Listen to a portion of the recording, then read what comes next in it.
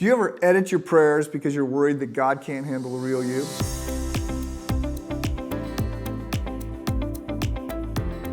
Happy Monday. We are in a study of the minor prophets. And today we're thinking about Habakkuk. And I'm going to start by telling you about a time that I was humiliated. Back in college, I was on the wrong side of a practical joke. I should have seen it coming. I agreed to take a fraternity brother over to the science and math library where I often studied. It was where people who were a little bit more willing to study in the library went. This guy claimed he didn't know where that library was.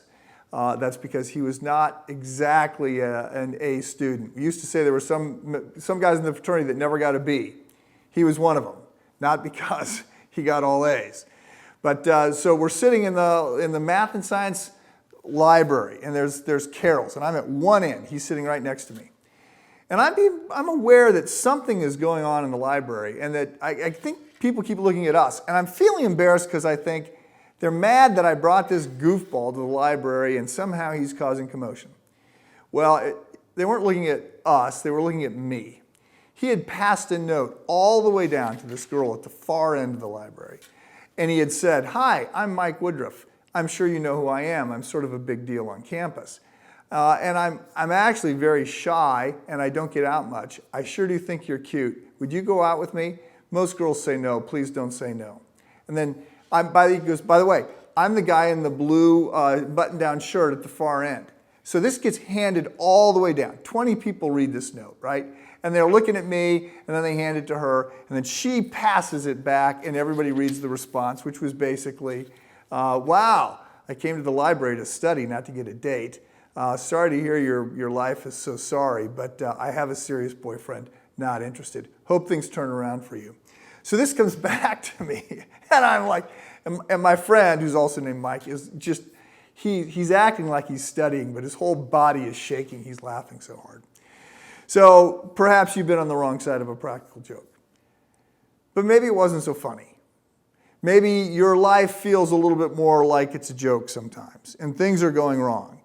And you're not spending your day laughing. You're wondering, why are things so hard? Why is life so harried? Why am I depressed? Why am I frustrated? They say some days you're the windshield and some days you're the bug. You might be thinking, why am I always the bug, right? Why, for that matter, is there terrorism? Why is there poverty? Why is there famine? Why is there homelessness and drug abuse and child abuse and addictions and murder and rape and unemployment and corruption? Why are all these things going wrong? Why am I getting stepped on? Why are other people getting stepped on? Why did my child die? Why can't I have children? Why is my marriage struggling? Why am I not married? The underlying question is, if God is good and God is loving, why are so many things going wrong? Well, welcome to the book of Habakkuk. It was written by this minor prophet. And by the way, the major prophets are Isaiah, Jeremiah, Ezekiel, Daniel. These are called major because they're long, not because they're more important. The minor prophets are just short. And Habakkuk wrote about 3,000 years ago. And he's one of the minor prophets. And he was living during the tail end of Israel's southern kingdom, just before their defeat and exile. And Babylon is rising up. And the initial question that he is framing, the initial question that frames up the book is, God, why aren't you doing something about all the things that are going wrong? And he's quite mad. And as a matter of fact, he sort of hasn't read the memo. Prophets are supposed to speak for God to the people. It's the priests that speak for the people to God. But although Habakkuk is a prophet, he's speaking to God, and he's sort of complaining. And he's really frustrated that if God is good and God is loving, then things shouldn't be out of control like they are. So I want to read you the opening line of this, the opening few verses of this book, Habakkuk. It's the oracle that Habakkuk, the prophet, received. "How long, O Lord, must I call for help? You do not listen, or cry out to you, violence, but you do not save. Why do you make me look at injustice? Why do you tolerate wrong? Destruction and violence are before me. There is strife and conflict abounds. The law is paralyzed. Justice never prevails. The wicked hem in the righteous so that justice is perverted." So the question that Habakkuk asks is a classic question, and we're going to look at it more tomorrow. But the question is asked with a fair bit of anger, and it's directed at God.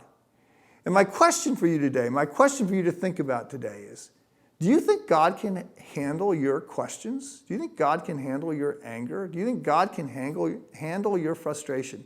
Or are you editing your prayers? Are you trying to clean up your act? Acting as if he doesn't really know what's really on your heart. He doesn't see your pain and confusion. I want to encourage you today to understand that God can handle you at your worst. God can handle you at your best. And I want to encourage you to take a little page out of Habakkuk, the first few verses of the book of Habakkuk, and make your prayers more honest. Have a good day.